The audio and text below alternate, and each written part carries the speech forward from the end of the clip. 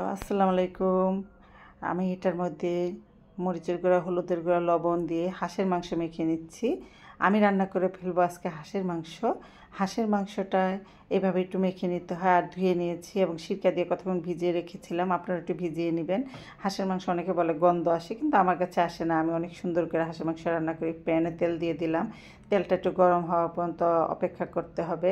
তারপর হাঁসের মাংসটা আমি এখানে ভেজে নিব। আর ভাজার পাশাপাশি আমি দেখিয়ে দেব আমি কি কি মশলা দিয়ে এটা রান্না করেছি।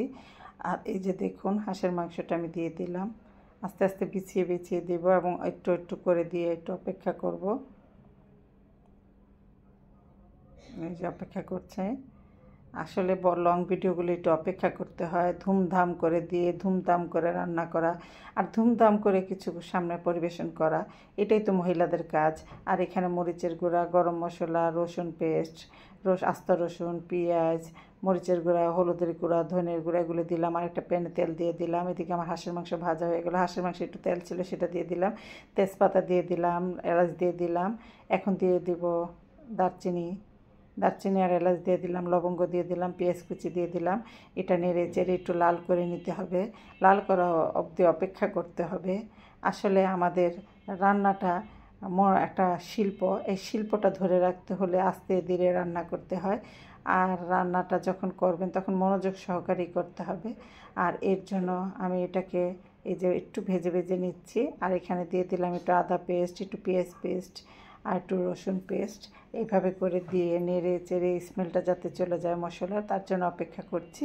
আর সাথে একটুখানি পানি দিয়ে দিব।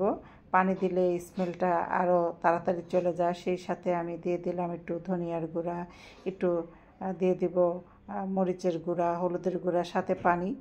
এই যে দিয়ে দিচ্ছি, দেখুন পানি দিয়ে আরেকটু কষিয়ে নিতে হবে। কষানোর জন্য অপেক্ষা করা।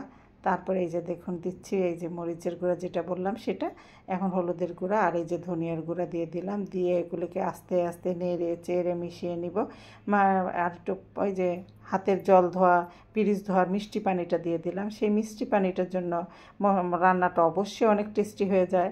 এই যে দেখুন কতটা কালারটা সুন্দর হয়েছে। ধুম করে দিয়ে দিলাম কতগুলো টমেটো কুচি। এই টমেটো কুচিটা দিলে কালারটা আরও সুন্দর হয়ে যায়। এখন দিয়ে দিলাম গরম মশলা বাটা। আবার একটু পানি দিয়ে কষিয়ে নিব। দেখতে যদি লোভনীয় না হয়, খেতে সেটা তো ভালো হবে না। আর আমি দেখতে যেটা লোভনীয় সেটাই আমার কাছে মনে হয় ভালো হবে। আর সাথে দিয়ে দিলাম সেই ভাজা মাংসগুলো, হাঁসের মাংস। পক পক প্যাক প্যাক প্যাক করে ডাকে সেই হাঁসের মাংস। তারপর কড়াইটা ধুয়ে আবার একটু পানি দিয়ে দিলাম।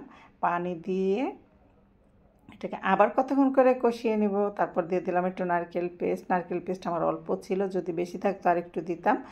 আর এটার মধ্যে আপনারা ইচ্ছা করলে আরেকটু টমেটো সস দিতে পারেন। আমি সেটা দিলাম না, যেহেতু টমেটো কুচি দিয়ে দিয়েছি। আর এটাকে আস্তে আস্তে করে কষিয়ে নিয়ে রান্না করব। হাঁসের মাংস একটু শক্ত হয়, প্রেশার কুকারও করা যায়। আমি প্রেশার কুকারে করলাম না, আমি করলাম হলো নর্মাল একটা হাঁড়িতে। এই যে দেখুন কালারটা কতটা না সুন্দর হয়েছে। যদি আমার এই ভিডিওটা এবং রেসিপিগুলি ভালো লাগে, একটা লাইক কমেন্টস দিবেন। আর আমি গোটা রসুন দিতে পারতাম, কিন্তু রসুনটা ছিলে এই কোয়াগুলি দিয়ে দিলাম। আমার রসুনটা খেতে ভালো লাগে, আপনাদের ভালো লাগলে দিবেন, না হলে স্কিপ করবেন, কোনো ব্যাপার না।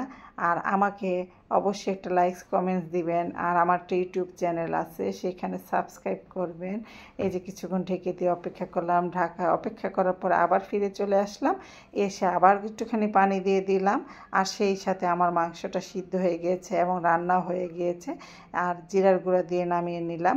এই যে দেখুন কতটা ভালো হয়েছে, এবং আমার জন্য দোয়া করবেন। আল্লাহ হাফেজ।